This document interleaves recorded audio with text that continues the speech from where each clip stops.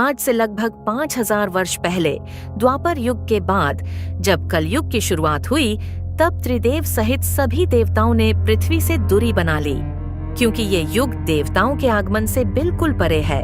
सृष्टि के नियमानुसार इस युग में चमत्कार की कोई गुंजाइश नहीं, यानी कि सृष्टि के नियमानुसार कोई भी देवता कलयुग के कार्य में हस्तक्षेप नहीं कर सकता।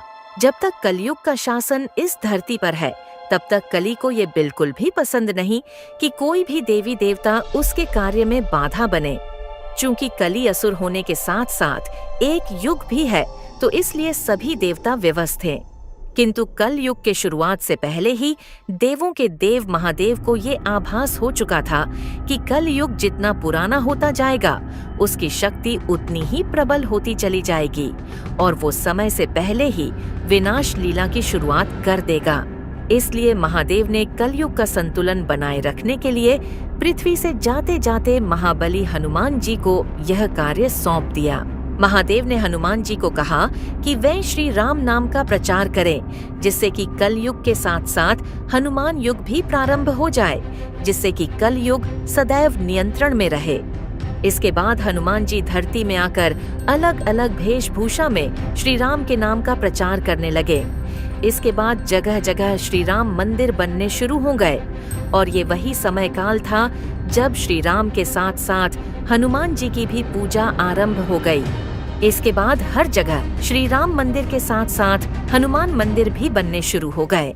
पर हनुमान जी खुद का मंदिर बनता देख बेहद निराश हो गए, क्योंकि वे चाहते थे कि हर जगह श्री राम की मंदिर बने, ना कि उनकी।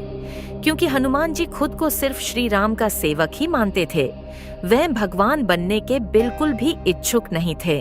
और जब हनुमान युग की शुरुआत होने लगी, तब यह बात कलयुग को पता चली। फिर कलयुग गुस्से में पागल हो गया और उससे रहा न गया। फिर उसने हर बार मंदिरों और मंदिरों के आसपास रहने वाले लोगों में पाप फैलाने की तमाम कोशिश की, पर वो हर बार नाकाम होता गया।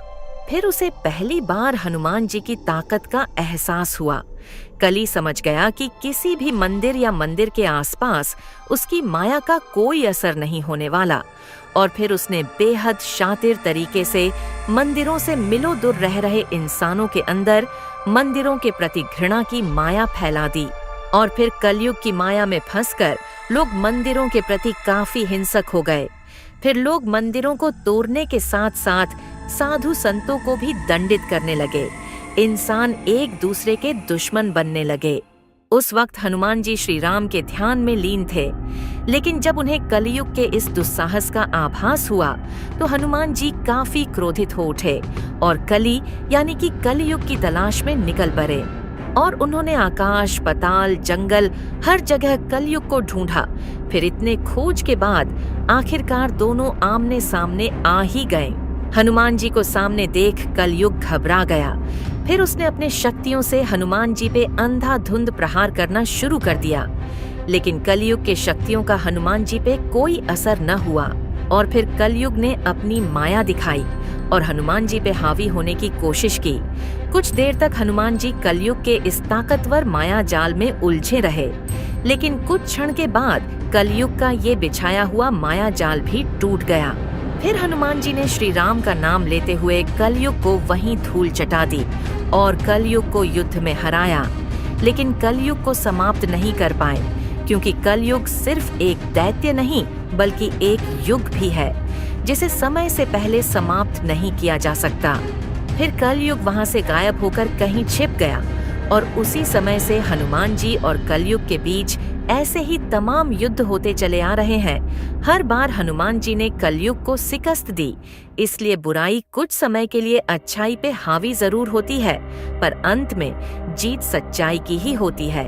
और हनुमान जी के इन्हीं प्रयासों से ही अब तक कलयुग समय से पहले घोर कलयुग लाने में विफल रहा, वरना अब तक तो कलयुग धरती पर विनाश लीला रच चुका होता।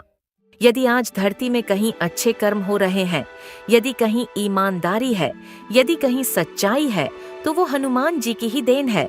और इसलिए हनुमान जी को कलयुग का देवता भी कहा जाता है, क्योंकि इस कलयुग में एक हनुमान जी ही है जो सच्चे लोगों का सहारा है। तो आज के लिए इतना ही।